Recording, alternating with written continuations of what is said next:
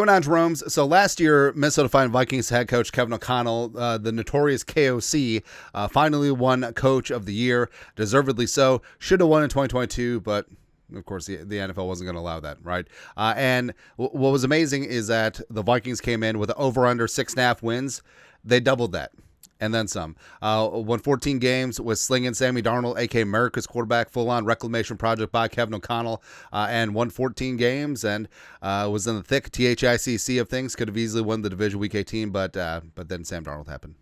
Yeah, we all know what happened. But speaking of Lions, of course, Lions fans were crying in the breast milk because of, Dan Campbell should have won Coach of the Year. He got the 1 seed. This, that, except people always fail to realize what the Coach of the Year award is about. It is not best coach, because then Belichick and Andy Reid would have won over and over and over and over and over again. All right, so the rough criteria is it's a regular season award. First off, too many people are like, whoa, they won the Super Bowl or they lost on the playoffs. It's a regular season award.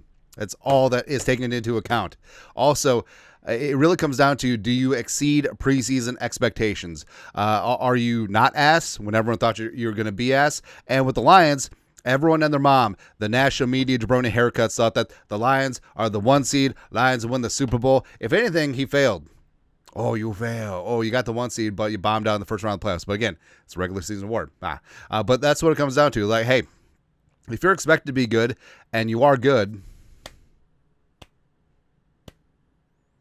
that's really what it is. What it is that whoever exceeds the most wins the award. And that's really it. Who can be less ass compared to what you're expected to be? Because if you look through the Coach of the Year awards throughout the seasons, like, it isn't always the best coach. It isn't always the best team. It isn't always this, that, or other thing. Because Stefanski's won twice, because the Browns have been ass. Thank you. But Matt Nagy, fake ass Brad Childress, just won in 2018 with the Bears. So stupid, man.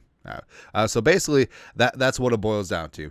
Now, long story longer, you would think that Kevin O'Connell, back-to-back Coach of the Year awards, it's in the bag, right? But he isn't. He isn't listed as among the top 10 favorites to win the award in 2025, and that's actually a good thing. Actually, a good thing for the Vikings, because number one, the Vikings do have raised expectations this year. Maybe not from Vegas, who still has the Vikings over under at 8.5 wins, but there are expectations on this team. Transitioning to J.J. McCarthy, offense and defense in the trenches is good to go. So this team, what was the expectation for the team?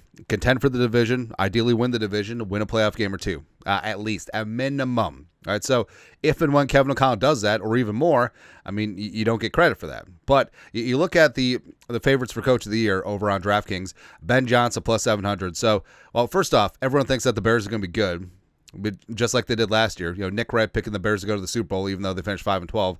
Vrabel with the Patriots, that's going to be rough. It's going to be rough for a while. Liam Cohen and the Jaguars, they have zero expectations. The Saints are going to be terrible. Frankly, if the Saints win 8 games, give Kellen Moore the Coach of the Year award, because they're going to be ass. Harbaugh, I don't know if Harbaugh should be 12-1. Like the Chargers, I expect to be good. But Harbaugh and Pete Carroll, which is ironic that they're all at the same level, or stupid-ass Sean Payton at 14-1. I guess if one of those jabronis steal the division from the Chiefs, they win. And then also you got Shanahan, Canlis, and Glenn tied, which I don't know. I feel like the Shanahan one is whatever. Like the 49ers were ass, thank you, last year, but also he was coach of that team.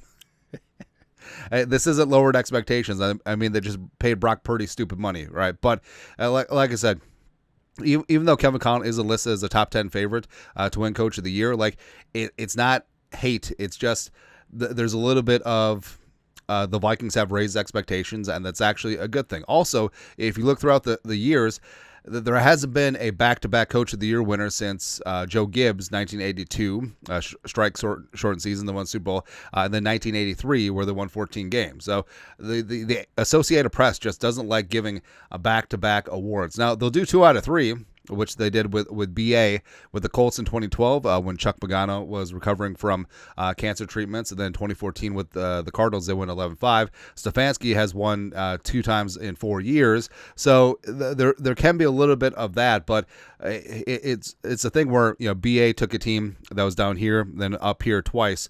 Stefanski with the Browns, they're always bad, right? And I don't think that the expectations for the Vikings are going to go away anytime soon. So I'm glad that O'Connell won Coach of the Year in 2024.